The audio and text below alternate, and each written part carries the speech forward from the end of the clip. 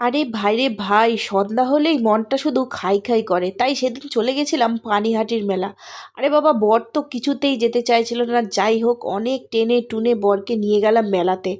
আর মেলাতে গিয়ে চারিদিকে যা অবস্থা দেখি, বিশাল ভিড়। কিন্তু ভিড় হলেও বা কি, আমার চোখটা তো সেই খাবারের দিকেই। এই যে দেখো, এসেই আগে খাবারের দিকে চলে এসেছি, কোনো দিকে না তাকিয়ে। দেখতে পাচ্ছ কিরকমভাবে তাকাচ্ছিলাম কুলফিটার দিকে। যাই হোক, এবার খুঁজছি কী খাবো কী খাবো, চারিদিকে এত খাবার, এত লোকজন। আরে লোকজনকে দেখে, আমি তো খাবার দেখছিলাম। এই দেখো, এখানে আবার ফিশ ফ্রাই ভাজা হচ্ছে, দেখে তো আমার জিভ থেকে জল পড়ছিল। আর ওদিকে মোমো হচ্ছে। চারিদিকে শুধু খাবার আর খাবার। তারপরে ঠিক করলাম, না, কিছু তো এবার খেতে হবে। সারাক্ষণ এদিক ওদিক তাকালে হবে, লোকে তো আবার হ্যাংলা ভাববে। তাই ভিড় ঠেলে চলে গেলাম খাবারের উদ্দেশ্যে। আর দেখতে পাচ্ছ কত ভিড়, ওরে বাবা রে বাবা। যাই কিছু খাই, এই ভিড় ঠেলতে ঠেলতেও তো অনেকটা খিদে পেয়ে গেল। যাই হোক, অবশেষে ভিড় ঠিড় ঠেলে এই যে চলে এসেছি মকটেল কাউন্টারে। দেখতে পাচ্ছ, এখানে কত সুন্দর সুন্দর মকটেল তৈরি হচ্ছিল। আর এদিকে দেখো, ফিশ ফ্রাই, কচুরি, সমস্ত কিছুই মেলাতে ছিল। কিন্তু আমার চোখটা ছিল, দেখো, বর বলছে এত তাকিও না, কেন তাকাচ্ছ খাবারের দিকে? আমি বললাম না, খাবো না, খেলে হবে না। এই বলে দেখো দাঁড়িয়ে পড়েছি। আর বরকে বলছে ওই যে মোমো খাবো, মোমোর দোকানে নিয়ে চলো। আর যাই হোক, বর অজ্ঞতা কী করে, মান সম্মানের ব্যাপার তো। মেলায় গিয়ে বউ যদি এখন হাত পা ছুড়ে কাঁদতে থাকে, পরের অবস্থাটা কি হবে বলো তো। যাই হোক, ওই দেখো, আমি এখানে মোমো খেতে ব্যস্ত আর বর ভিডিও করতে ব্যস্ত। বলছিল দেখবো তুমি কত মোমো খেতে পারো।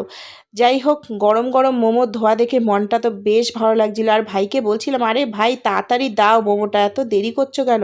তা ভাই বলছে, দাঁড়ান দিদি, দেখছেন না একটা এই খালি হয়ে গেছে, আবার তৈরি হবে, তারপর তো দেবো। আমি বললাম অনেকক্ষণ সময়, যা আছে তাই দাও। যাই হোক, আমার এই এত খিদে দেখে আর এত খাবারের লোভ দেখে ভাইটা তো আমার হাতে এসে ধরিয়েই দিল। আর আমি তখন বরকে বলছিলাম, আরে এসো, দেখে যাও দেখে যাও, কত আমাকে মোমো দিয়েছে। বর বলছে কই দেখি দেখি।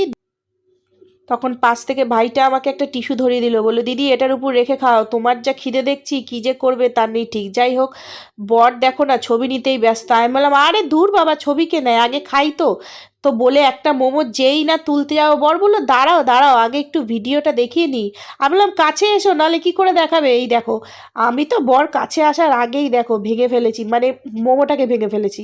দেখেছো, গরম গরম ধোয়া উঠছে আর গরম গরম স্যুপ, আর দুদিকে দু রকমের চাটনি। আমি এই গ্রিন চাটনিতে ডুবিয়ে এবার মুখে দেব। হুম হুম, কি স্বাদ, অসাধারণ।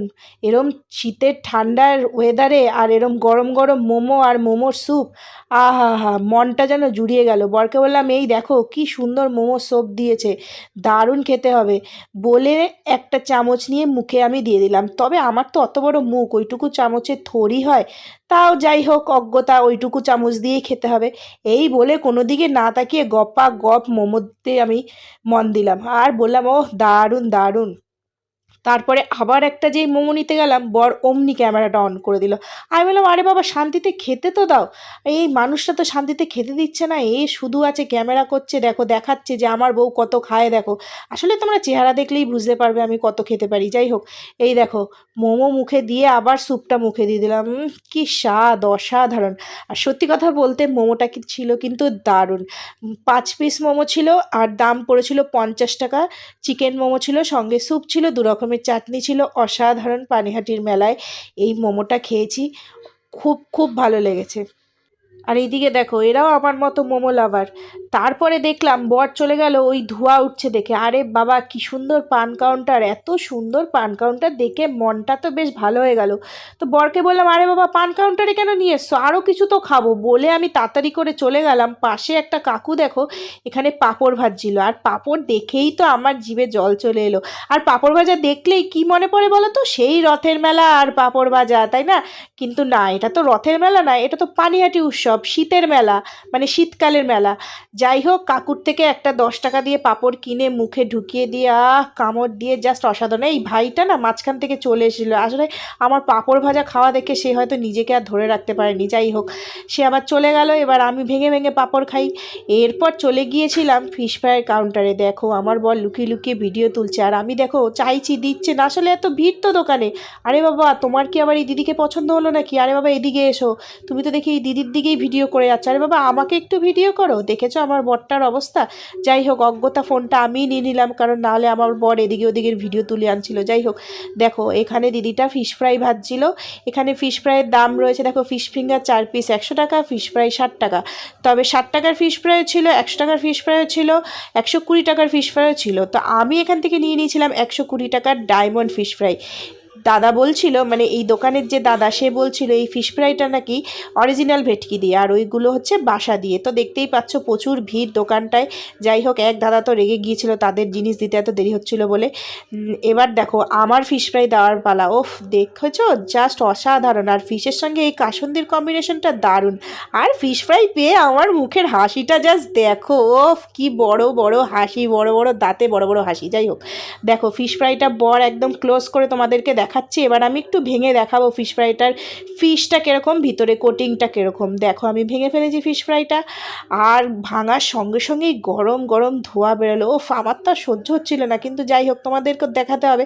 তবে ফিশ ফ্রাইয়ের কোটিংটা আমার একটু মোটা লেগেছে, ফিশটা একটু পাতলা, কিন্তু খেতে কিন্তু অসাধারণ ছিল, দারুণ ছিল, খুব ক্রিস্পি ছিল, এবং ভিতরের যে ফিশটাকে ম্যারিনেট করা হয়েছিল সেটাও খুব দারুণ করা হয়েছিল, ফ্লেভারটাও খুব সুন্দরভাবে আসছিল। আর যে কোনো ফিশ আইটেম কিন্তু কাসুন্দির সঙ্গে খেতে দারুণ লাগে। আর আমিও দেখো খেয়ে বলছি জাস্ট অসাধারণ।